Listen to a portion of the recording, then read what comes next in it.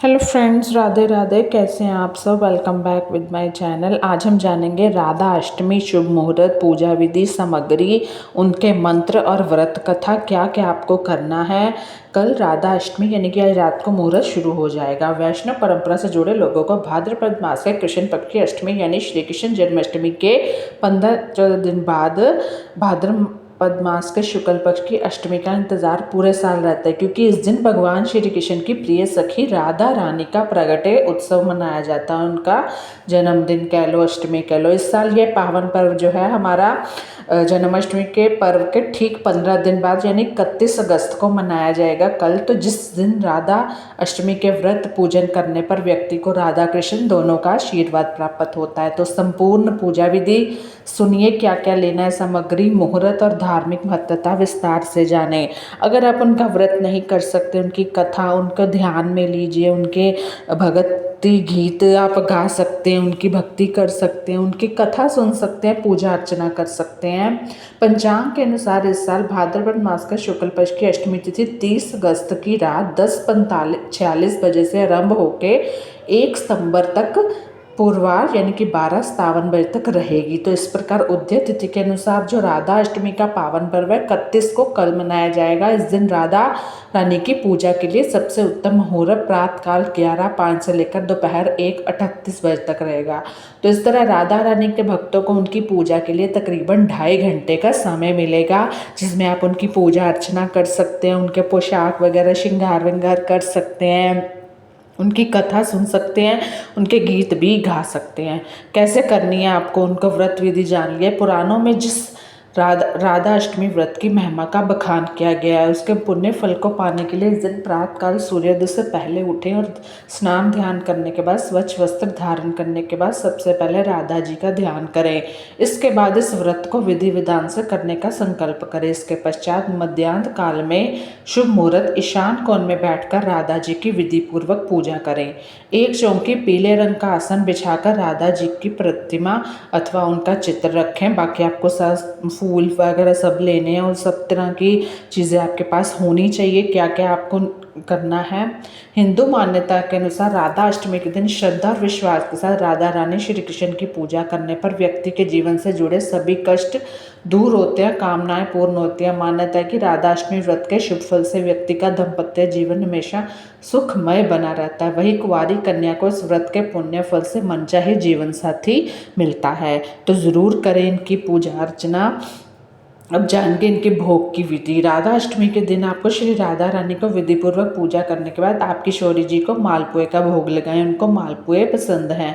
शास्त्रों के अनुसार मानता है कि पूजा थाली में मालपुआ शामिल करने से घर में सुख समृद्धि का आगमन होता है और ग्रह क्लेश की समस्या से मुक्ति मिलती है। इसके अलावा श्री राधा रानी के भोग में आप रबड़ी फल भी शामिल कर सकती हैं। ऐसी मान्यता है कि इन चीज़ों का भोग लगाने से किशोरी जी प्रसन्न होती हैं और साधक की सभी मनोकामना पूर्ण होती हैं। बहुत सारे लोग हैं उनको पता नहीं है। इनके आप कुछ भी भोग लगाएं तो उससे पहले अपने आप को शुद्ध भी करना ज़रूरी है। उसके बाद मतलब आप इन्हें इन दिन देवी को घर का बना भोग प्रसाद अर्पित करें। तुलसी भोग प्रसाद में आपको पंचामृत, पंजीरी, खीर, हलवा, मालपुआ, पूरी और चना भी शामिल कर सकते हैं। राधा रानी को इन चीज़ों का भोग लगाना शुभ माना जाता है। अगर आप चाहें तो घर में उनके प्रिय वस्तु इस तरह की तैयार करके, नहीं घर पे तो हम मंदिर में भोग लगवा सकते हैं। और तरह जिस तरह भी आपकी श्रद्धा है दान पुण्य ज़रूर करें। अब बात करते हैं गंगा जल पंचामृत से अभिषेक करना फलदायी। धार्मिक मान्यता अनुसार राधा अष्टमी के अवसर पर राधा कृष्ण लड्डू गोपाल जी का अभिषेक करना चाहिए। गंगा जल और पंचामृत से अभिषेक करने पर व्यक्ति को अत्यधिक पुण्य प्राप्त होता है, जीवन के दुख दूर होते हैं।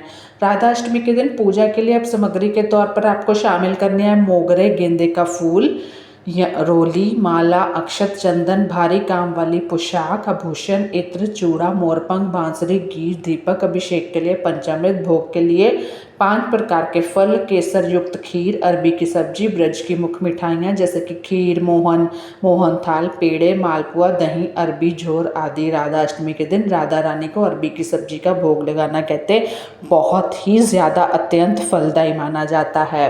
अब उनके मंत्र सुनिएगा। ओम श्री राधाय नमः, ओम राधिकाय नमः, ओम जीवाय नमः, ओम जीवनदाप्रदायिनी नमः, ओम नंद नंदन पतने नमः, ओम वृषभानुसुताय नमः, ओम शिवाय नमः, ओम घनाध्यक्षे नमः। ये माता के राधा रानी के मंत्र हैं। अब जानेंगे राधाष्टमी व्रत कथा। ब्रह्म वैवर्त पुराण के अनुसार कहते हैं, एक समय की बात है, गोलोक धाम जहाँ श्री कृष्ण अपने नित्य विहार करते थे, वहीं राधा रानी श्री कृष्ण के साथ निवास करती थी। एक बार की बात है, जब राधा रानी कुछ समय के लिए गोलोक से दूर थी, तब भगवान कृष्ण अपनी एक सखी विरजा के साथ विहार कर रहे थे। तो जब राधा को इस बात का समाचार मिला तो वह अत्यंत क्रोधित हो उठी। तत्काल श्री कृष्ण के पास पहुंचकर उनसे कठोर वचन कहने लगी। राधा रानी का यह रूप देखकर श्री कृष्ण के परम पिता श्री धामा को बहुत दुख हुआ। उन्होंने सोचा कि राधा जी ने प्रभु श्री कृष्ण से अनुचित व्यवहार किया है, जो कि अच्छा नहीं है। तो इसी कारण क्रोधवश श्री धामा ने राधा जी को श्राप दे दिया कि हे देवी, आपको अपने दिव्य धाम गोलोक को छोड़कर पृथ्वीलोक पर जन्म लेना पड़ेगा। यह श्राप सुनकर राधा रानी और भी क्रोधित हुए और उन्होंने प्रतिशोध में श्रीधामा को श्राप दे दिया, हे श्रीधामा, तुम भी राक्षस कुल में जन्म लोगे और वहां अपने कर्मों के कारण अत्यंत मृत्यु को प्राप्त होंगे। राधा जी के श्राप के फलस्वरूप श्रीधामा का जन्म शंखचूड़ राक्षस के रूप में हुआ और यही शंखचूड़ भगवान विष्णु का अनन्य भक्त था, जिस बाद में भगवान शिव ने युद्ध में पराजित किया। उधर जब राधा जी को क्रोधावस्था में पहुंची, तब उनकी सखी विरजा यह दृश्य देखकर अत्यंत व्यथित हुई और वहां से चली गई। वे जाकर नदी स्वरूप में परिवर्तित हो गई। इस तरह यानी कि राधा रानी, कृष्ण जी और सुदामा के भी ये राधा अष्टमी की जी को कथा इस तरह हुआ था। श्रीधामा और राधा जी के बीच शाप शापी की इस लीला के बाद भगवान श्री कृष्ण ने राधा जी को समझाते हुए कहा कि हे प्रिय, अब आपको पृथ्वीलोक पर जन्म लेना होगा। अब वहाँ आप वृषभानु जी और उनकी पत्नी कीर्ति देवी की पुत्री के रूप में प्रकट होगी। सांसारिक दृष्टि से आपका विवाह रायान नामक वैश्य से होगा, जो मेरा ही अंशावतार होगा। इस प्रकार पृथ्वी पर भी आप मेरी प्रिय स्वरूप में ही रहेंगी, परंतु हमें वहाँ वियोग और मिलन दोनों की लीला का अनुभव करना होगा। तो देखिए, देवी देवताओं की भी जो लीला है, जीवन लीला है, वो सुख दुख से कम नहीं है। हम खुद को बोलते हैं ना, तो जीवन यही का है, इसी तरह ही चलता है। भगवान श्री कृष्ण के वचनों के पश्चात योग माया ने कीर्ति देवी के गर्भ में प्रवेश किया। जब कीर्ति देवी प्रसव पीड़ा से गुजर रही थी, तब योग माया ने वायु के रूप में वहां प्रवेश किया और उसी क्षण राधा रानी कन्या स्वरूप में प्रकट हुई। इस प्रकार देवी राधा का जो दिव्य अवतरण है पृथ्वी पर हुआ और वह वृषभानु जी की लाडली पुत्री के रूप में बरसाना धाम में पली बढ़ी। तो आप सबको राधाष्टमी की शुभकामनाएं। हमारा देश इसी तरह राधाष्टमी के गीत गाता रहे। कैसी लगी वीडियो ज़रूर बताइएगा।